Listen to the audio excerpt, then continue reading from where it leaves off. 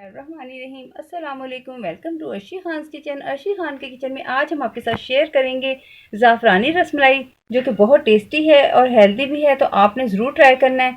तो आइए स्टार्ट। ज़ाफ़रानी रसमलाई बनाने के लिए हमने लिया है 1 लीटर जो है वो मिल्क, और मिल्क हमने लिया है कच्चा। अब इसे हम करते हैं बॉयल। इसमें बॉयल आ गया है, लेकिन इसमें हम अभी एकदम से कोई चीज़ भी नहीं डालेंगे इसे फाड़ने के लिए, क्योंकि थोड़ा सा हम इसे करेंगे ठंडा। हमने पानी में रखकर कर लिया है थोड़ा सा ठंडा। अब हम इसमें शामिल करते हैं विनीगर। विनीगर को हमने 3 टेबलस्पून पानी में मिक्स किया, और अब हम इसमें थोड़ा थोड़ा शामिल करेंगे।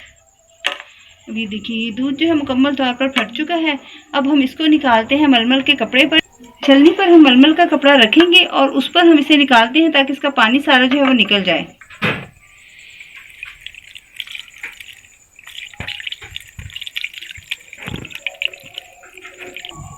इसमें हम मज़ीद पानी डालेंगे, ताकि जो विनेगर हमने इसमें डाला है उसका जो है टेस्ट और स्मेल जो है वो हो जाए कम।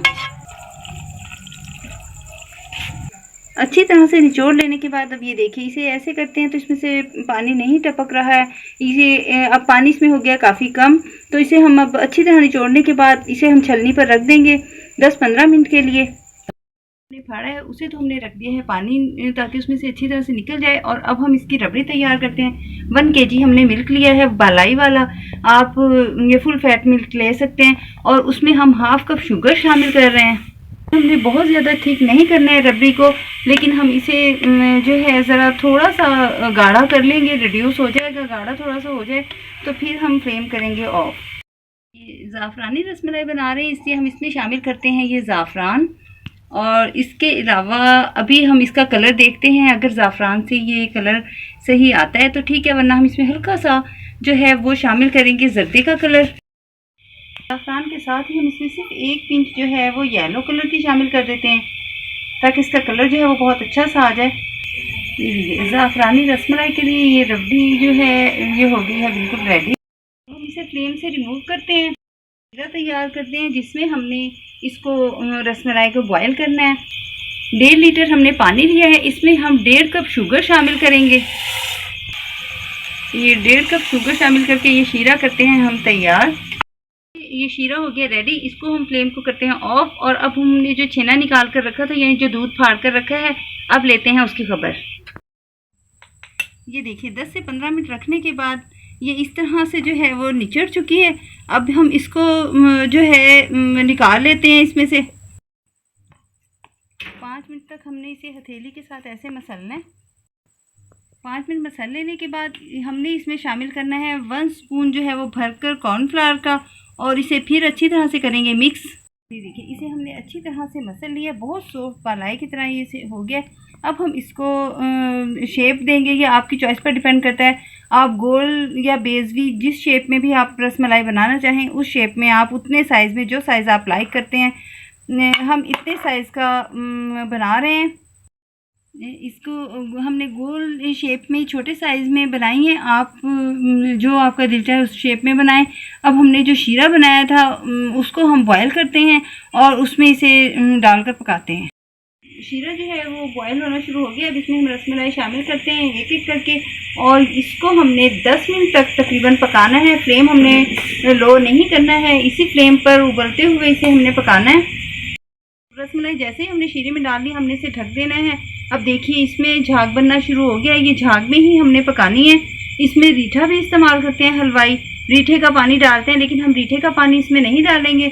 हम इसमें झाग बनाने के लिए सिर्फ 1 टीस्पून या 1 स्पून आप भरकर मैदा शामिल कर दें।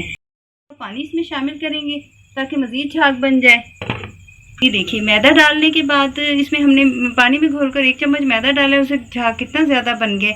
यही काम होता है रीठे का, लेकिन रीठे से ये होता है कि उसमें ज़रा रीठे के पानी में कड़वाहट होती है थोड़ी सी, तो उसका टेस्ट आ जाता है। तो इससे मैदे से ये प्रॉब्लम नहीं होती है, कड़वाहट नहीं होती।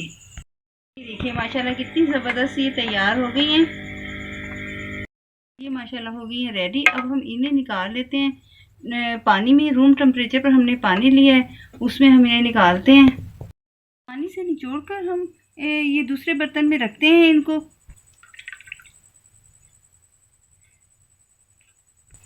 ताकि ये अच्छी तरह से जो है ये जो हमने रबड़ी बनाई है वो इसमें जज्ब हो सके। हमने रबड़ी बनाई थी ज़ाफ़रानी रबड़ी, ज़ाफ़रान डालकर ये हम इस पर शामिल करेंगे। ये अभी रखेंगे तो मज़ीद ये थिक हो जाएगी और इससे इसने बहुत ज़बरदस्त सा रसमलाई जो है वो जज्ब कर लेगी, तो फूल जाएंगी। इनको हमने कम से कम भी 8 से 10 घंटे के लिए जो है वो इसी तरह से डिप करके रखना है, तो फिर ये बहुत अच्छे से ये जज्ब कर लेगी रबड़ी। हम जो चीज़ भी आप डालना चाहें इसमें ऊपर से आप शामिल कर दें। अब ये ज़ाफ़रानी रसमलाई जो है हम इसे रखते हैं 8 से 10 घंटे के लिए।